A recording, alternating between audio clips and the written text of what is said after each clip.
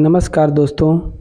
2 वर्ष का एक बच्चा होता है जिसका नाम सूरज होता है। उसकी माँ जेल में होती है और जिस दौरान दोस्तों वह जेल में जाती है, उसकी माँ कुछ लड़ाई झगड़े के चक्कर में और जो 2 वर्ष का बच्चा होता है जिसका नाम सूरज होता है, उसके परिवार के लोग प्रशासन से ये गुहार लगाते हैं कि बच्चे को भी उसकी माँ के साथ भेज दिया जाए ताकि बच्चा सुरक्षित रह सके। क्योंकि बच्चा माँ को बहुत याद करता था और याद इतना करता था दोस्तों कि अपनी याद में वह बच्चा जो माँ से नहीं मिल पाता और आखिरकार वह दम तोड़ देता है।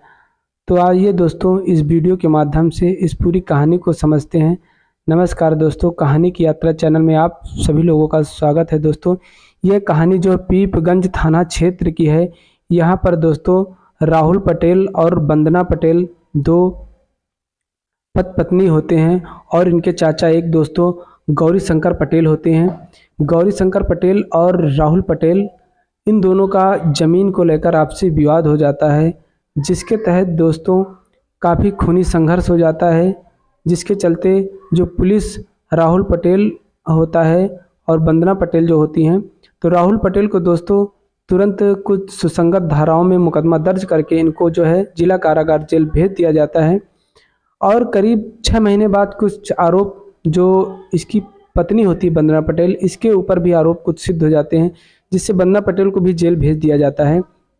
और दोस्तों एक बात आपको हम बताते हैं, जो वंदना पटेल और राहुल पटेल होते हैं, इनके 2 बच्चे होते हैं। एक बच्ची होती है, एक लड़की होती है जो 3 वर्ष की होती है, और एक बच्चा होता है जिसका नाम सूरज होता है, वह महज 2 वर्ष का दोस्तों होता है। और जब वंदना पटेल यानी सूरज जो 2 वर्ष का बच्चा मैंने बताया, इसकी माँ को भी जब 6 महीने बाद पहले पति को जेल भेजा जाता है, उसके बाद 6 महीने बाद जब आरोप सिद्ध होता है तो वंदना पटेल को भी जेल भेजा जाता है। और जब माँ को जेल भेज दिया जाता है तो बच्चा बहुत बिलखता है, बहुत रोता है, बहुत तड़पता है, लेकिन इससे प्रशासन को कुछ लेना देना नहीं रहता, क्योंकि कानून का आदेश होता है, इसलिए वो कानून का पालन करते हैं। और जब वंदना पटेल जेल चली जाती हैं तो बच्चा रोता बिलखता रहता है। और बच्चा और जो 3 वर्ष की बेटी होती है, इसके पालन पोषण की जिम्मेदारी इनके जो नाना होते हैं, नाना उठाते हैं।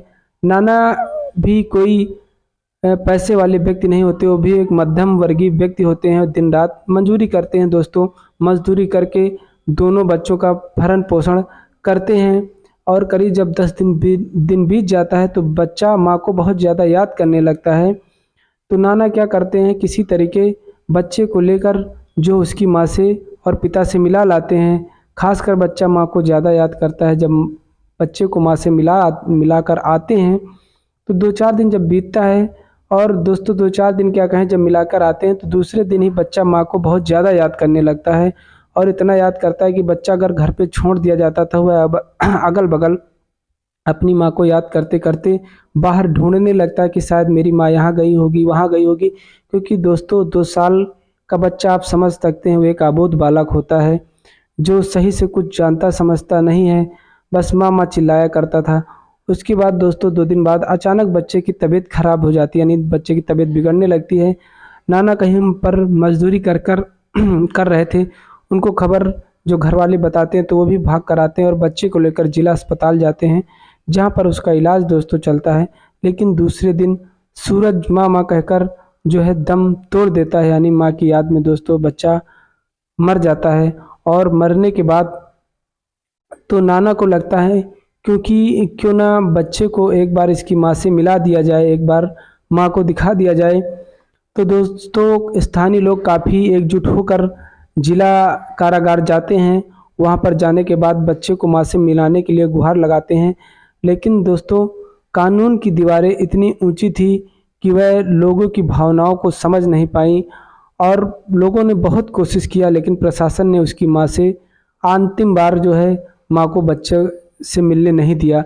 इसके बाद दोस्तों जो पीपगंज थाना क्षेत्र के पास लोग और नाना जो गांव के एकजुट होकर दोस्तों बच्चे को रखकर सड़क पर वहां पर जाम लगा दिया। जब जाम लगा दिया दोस्तों, तो पीपगंज थाना क्षेत्र की जो पुलिस होती है वह आती और लोगों को समझा बुझाकर वहां से रास्ता खाली करवाती है।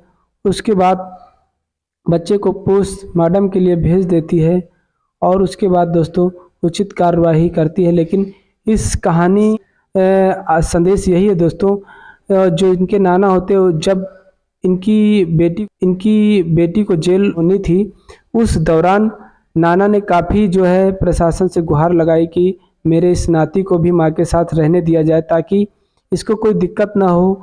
लेकिन प्रशासन ने इस पे कभी दोस्तों उस समय ध्यान नहीं दिया, जिसका नतीजा ये हुआ कि सूरज जो 2 वर्ष का होता है वो सिर्फ माँ की याद में दम तोड़ देता है। तो प्रशासन को कहीं ना कहीं समझना चाहिए था इसकी भावनाओं को, जिससे कि शायद आज ये 200 वर्ष का बच्चा शायद बच जाता। लेकिन अब पछताने से क्या, आज की कहानी में बस इतना ही।